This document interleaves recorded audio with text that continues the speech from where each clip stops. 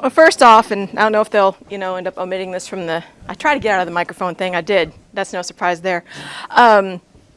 So I need to hit the green light's on. That's all we know. So I'm just going to be completely transparent with you guys before I literally dive into this. But it's been an interesting 3 or 4 days. I'm struggling. I know I'm supposed to speak on this, and I know that I'm battling with what we're going to be talking about with anger and fear and all that fun stuff bubbling up inside of you that sometimes you don't think as much is there, and that's kind of like a buffet you didn't order. And anyway, there's been a lot of things that have happened with me the last 3 or 4 days of just, I've allowed a heaviness to come back into my life, and I've allowed some moments where my mind was open to the enemy. And I told you guys my last message that I struggled with thoughts of suicide. And I've been through some things, and I went to this workshop that I'll reflect on a little bit later that I've got the tools, I know what I need to do. And I had a moment yesterday evening that I don't want to do life anymore. Again. But quickly, because of where God is bringing me, he quickly revealed that you need to reach out. So I did. And the first one that popped into my head was Tammy. So I called her, and she came and picked me up. And we traveled 31 up and down and talked and cried. And, because one thing I really love about a lot of people in the church, but especially Tammy, is that she's going to give it to me real. And that was the way my mom was. And so we did that. We ended the night with Sonic. I ate ice cream, yeah. I ate ice cream. I don't consider that emotional eating. Whoa. I consider that a reward for being transparent with Oreo cookies. So anyway, so I got home and I went back to journaling, which is, something that, is a good discipline thing to get back into. And so I just, threw up words on page and shut the book and slept pretty good last night. And woke up this morning and he was trying to toy with me again. I've got chronic migraines, haven't gotten hit with one like a freight train in a long time. Very thankful. But I got hit with a freight train this morning. So I worked a little bit, and then I just told my boss I need to take some time, to rest. And then my blood pressure, which I don't physically have a blood pressure problem, but I realized today is I have a spiritual blood pressure problem. So I kind of had to monitor that today. And I was in and out of the Word. Every morning now, I don't just get bombarded from Melinda and Ken, and that's in a good way. But now, Dawn. And it's a good bombardment. So like this morning and sometime my bank balance. It just depends. So this morning, I looked at my phone. It was Melinda, Ken, and Dawn. And I'm like, sitting on the couch with my dogs. I'm like, we got some reading to do. And so Dawn and I were talking back and forth. And I was talking with some of my Bethesda girls, which I'll go into a little bit of that later. And so the one thing that I did, some of you that know me know that a lot of times I try to muscle things on my own and don't reach out for help. But I'm getting used to now reaching out for help. And I'm also thankful for God getting right in there and just saying, okay, that happened. You thought that. You know what's right. And this is what you need to deal with. So I'm very thankful for that.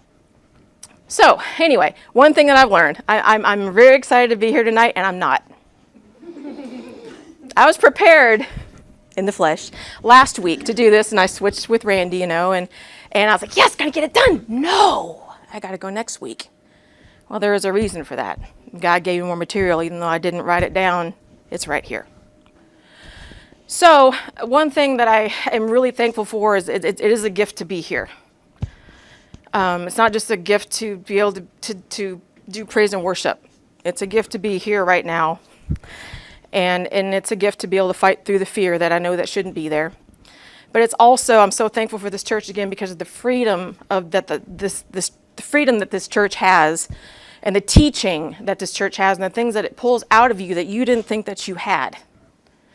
And that's one thing I'm learning, and I've been here 35 years, and on and off. And I'm just thankful.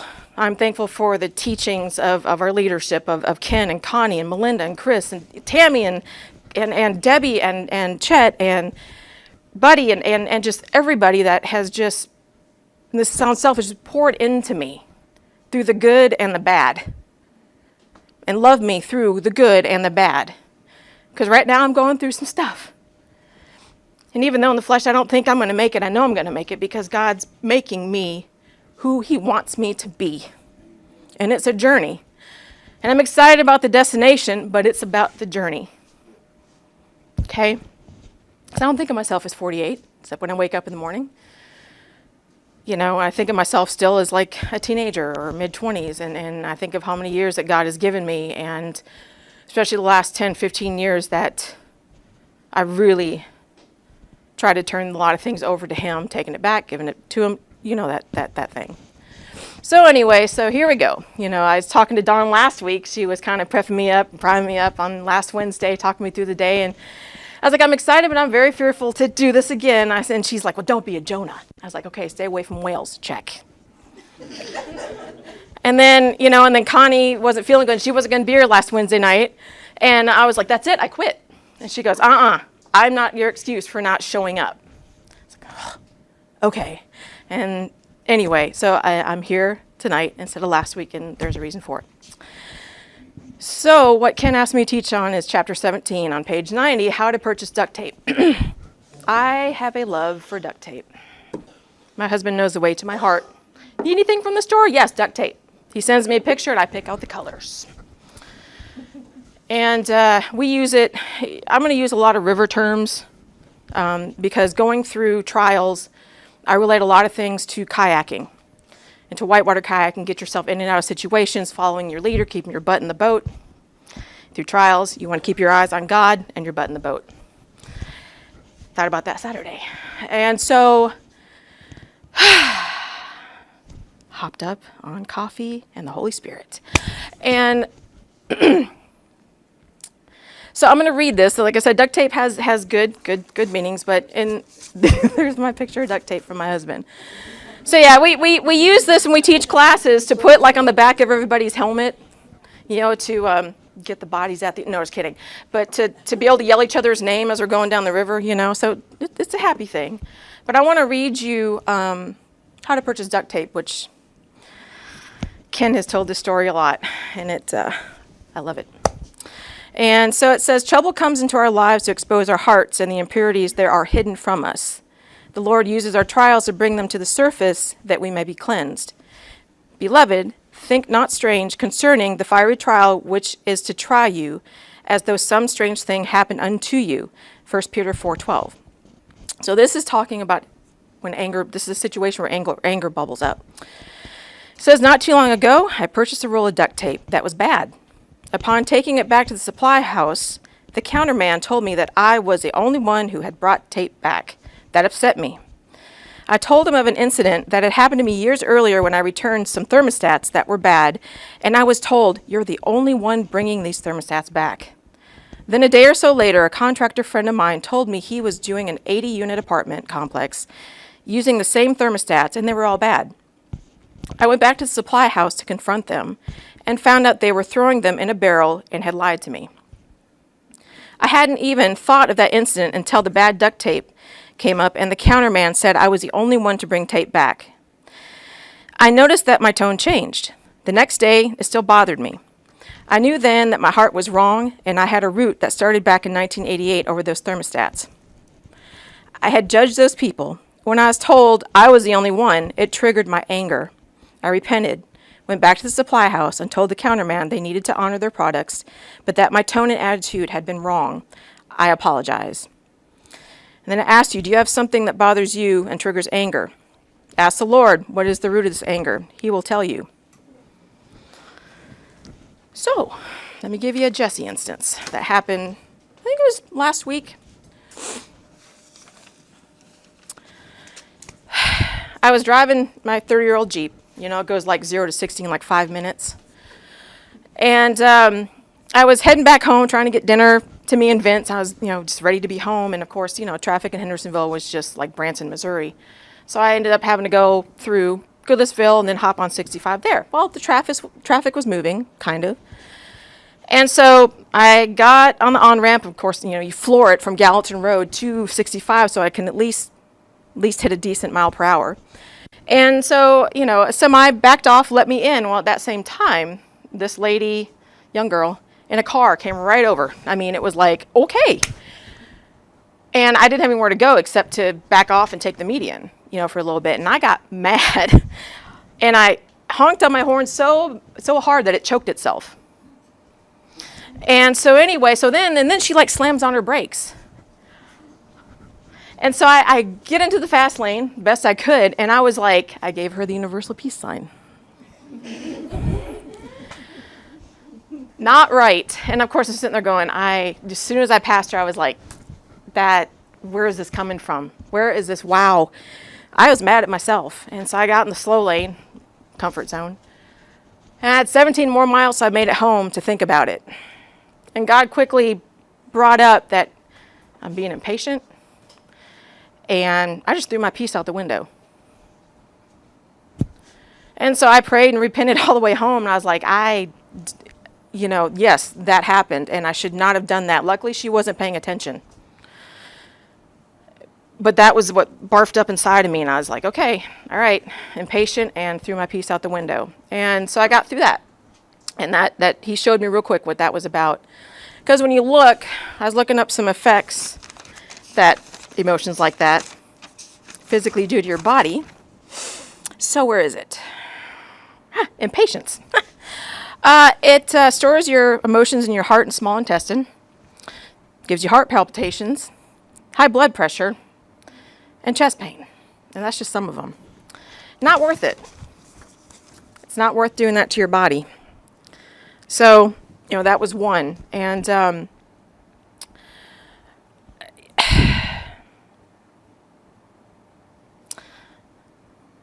another one, I'm going to segue.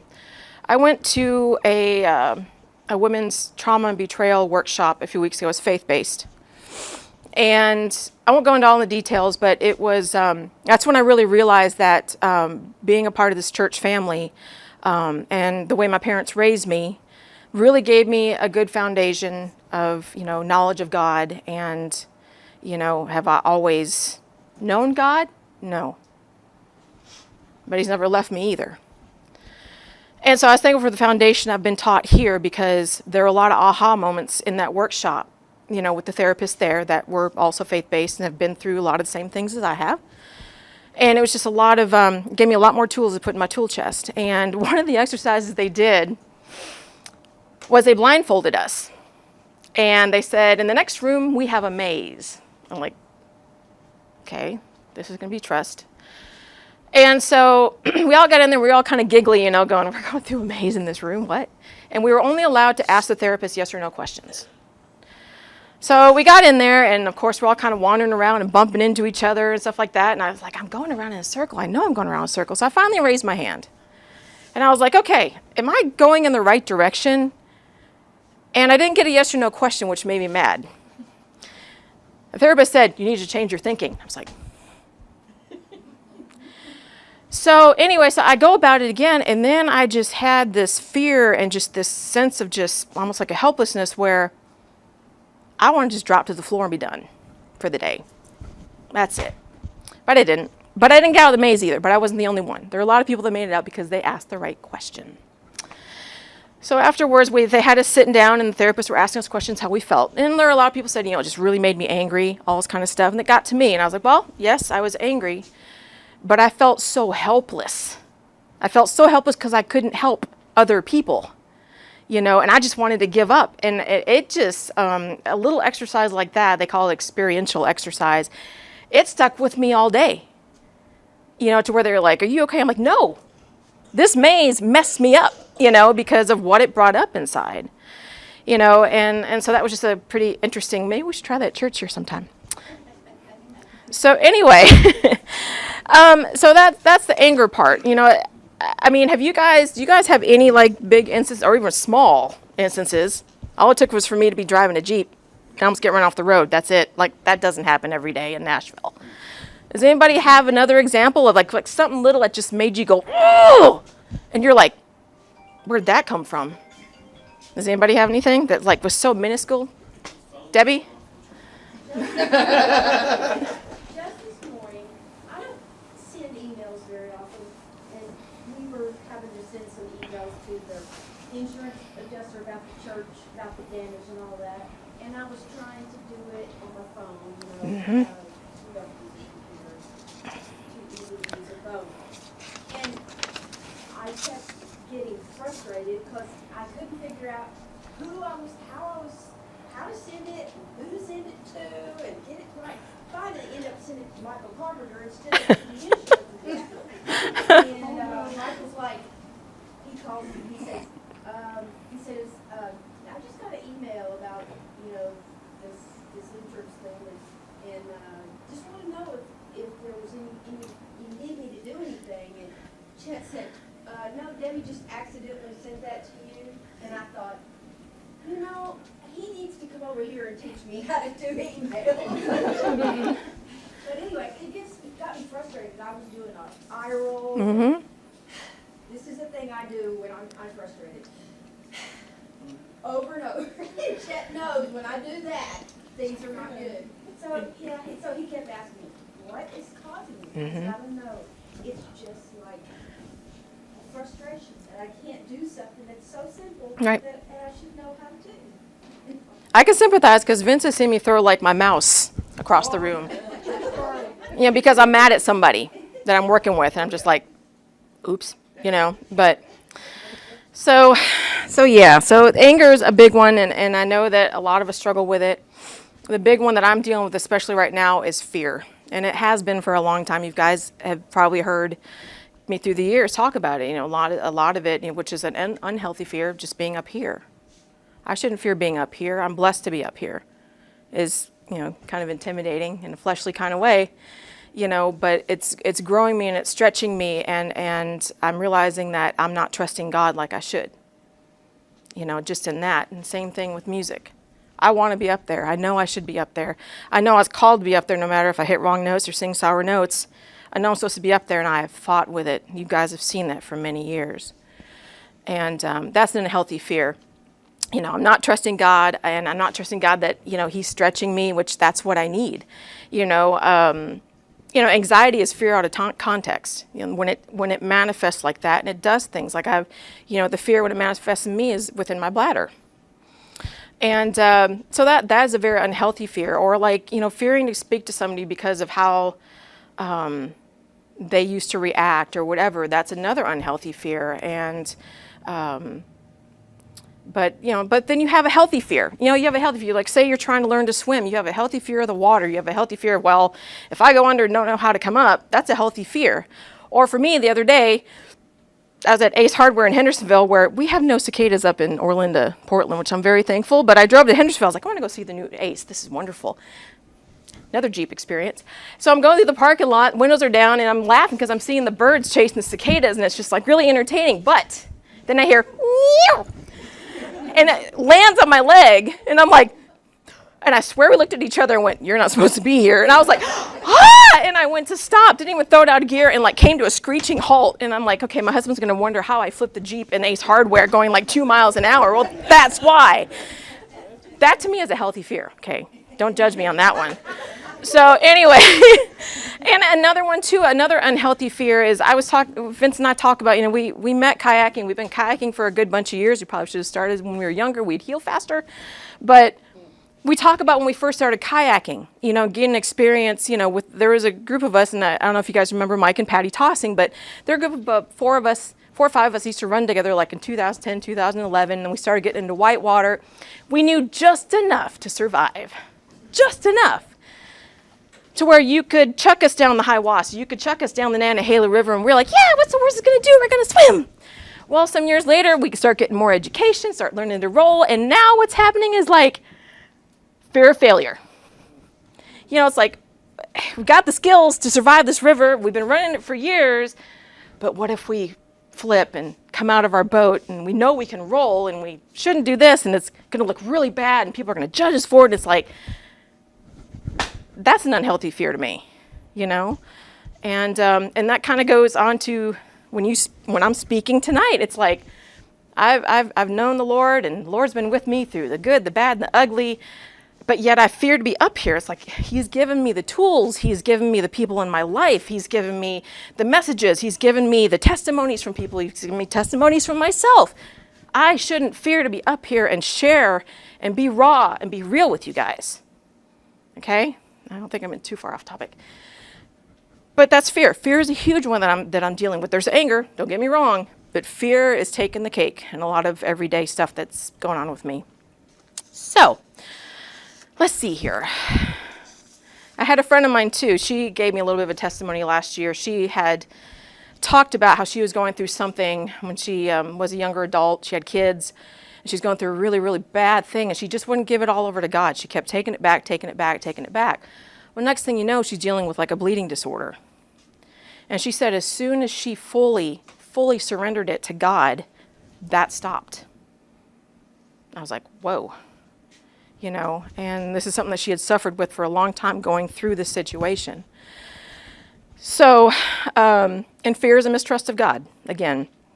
And with fear also leads to kidney, ears, and bladder. And other physical symptoms are loss of life force, nervous system disorder, the body becomes acidic, knots in the abdomen. How many, when you're going through something like that, you feel we literally say knot it up. Well, that's what's happening, you know? And that's where I'm thankful that years ago when, you know, Ken was starting to talk about spiritual roots of disease, and Connie gave me the book, and, you know, trying to look, you know, and I found out like my migraines, you know, Eric had talked to me along many years ago saying, okay, the roots of that is guilt.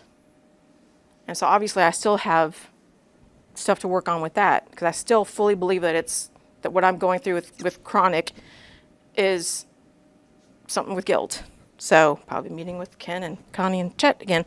So anyway, so, all right. The other thing that little instances in life can bring out are judgmentalness, okay? And a lot of times when we think about being judgmental, a lot of times we think, and they had a good example of it here. Hang on. When we think of a judgmental person, we normally think of someone else. We think of that neighbor who's always talking about those people, that relative who is quick to criticize other people's lifestyle choices, the religious person constantly in your face talking about how you're not living right. Rarely do we think about ourselves, but the truth is we're all judgmental, and we battle with it. And I want to give, this is on page 92, I do want to read this one, Cutting a Man's Hair. I thought this was a great, great one. It said, I also had a recent event that brought me face to face with something hiding in my heart. I was cutting a man's hair who was to appear in court the next day. A friend had brought him in as he was quite drunk. While giving him a presentable appearance for the judge, I flashed back to many years ago and my ex-husband, who was an alcoholic. The way my client looked, the way he talked, the way he smelled, although it had been almost 30 years, it felt like it had only been 30 minutes. I had long since forgiven my ex and repented of the unforgiveness that I had held onto for many years, so the memory I experienced had no pain associated with it, but I knew that if all was under the blood, I would not have remembered the situation as vividly. It stirred something up in my heart, and I knew it just wasn't right. The Lord exposed a root, an unresolved issue. There was still some unforgiveness and judgment towards my ex that had been buried, in which I needed to dig deep and repent. I confessed to a friend, repented in obedience to James 5:16, and got back my peace. James 5:16 says, therefore confess your sins to each other and pray for each other so that you may be healed. The prayer of a righteous man has great power to prevail. Boy, howdy does it. And I know, like with me, like within my marriage, sometimes when things get tough, I get a critical spirit. And that's something that I have noticed through some years. You know, there's healthy judgment, which is, you know, I'm going to go back to the river. Do I have the skills and know how to run a particular level of a river? You know, should I or shouldn't I? That's a healthy judgment. So, anyway. So, one thing that was revealed to me, and if somebody would look up Ephesians chapter 6, 10 through 18, and be willing to read it here in just a few minutes, something that was revealed to me, and this is something that when Sue and Shannon had sold their house and they were going to move to North Carolina, they actually stayed on our property for a couple months last year during my first foot surgery, and I was very thankful. They were so much help. But little did I realize the conversations that were going to happen leading to what I'm going through now. And, and Sue and I would talk, and she'd be like, you've got to every day put on the armor of God. And she is so right, and I sometimes am not obedient about doing that. Get in the Word and just reading it. Just read it and get your mind on Ephesians 6, 10 through 18.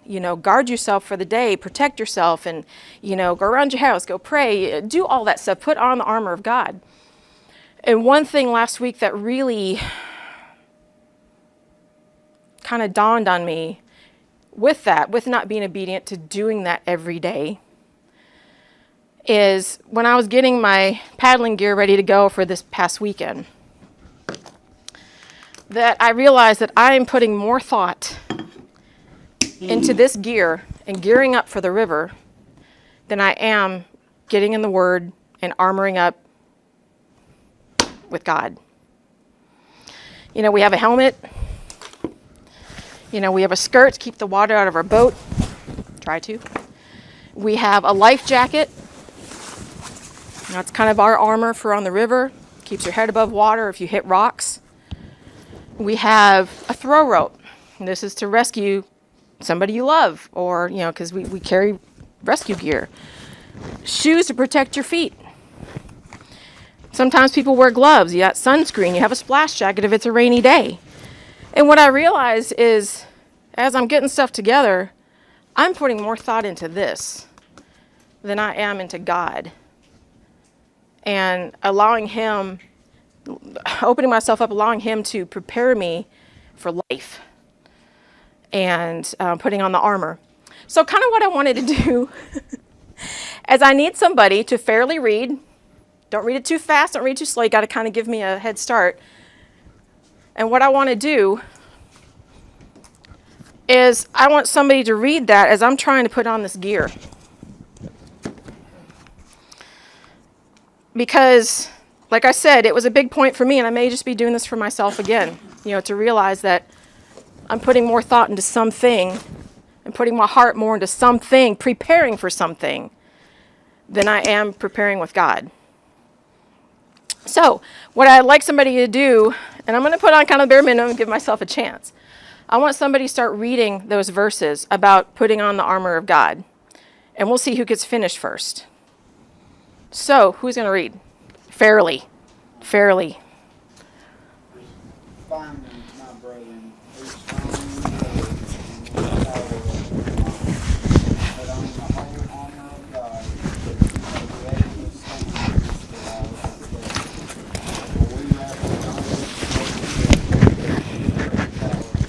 against powers and rulers of darkness.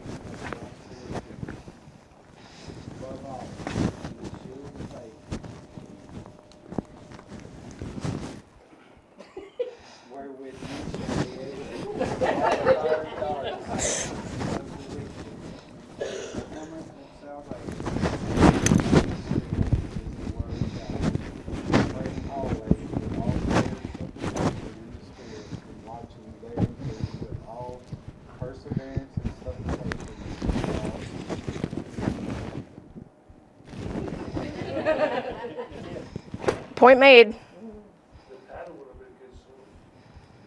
Yeah, not here. But do you guys get my point? I'm sure I made some ruckus on this microphone. Sorry to whoever's listening. But I know this doesn't, normally the hair's in the helmet somewhere and everything, you know. But do you guys get what I mean? You guys understand why I had that aha moment? That spoke volumes to me, and it one way kind of broke my heart, and I was like, you know, there's a lot of ruckus in there. It's a video you sent me about how we view what's supposed to be what good is. All right, so what it talks about here is, hang on, give me a minute.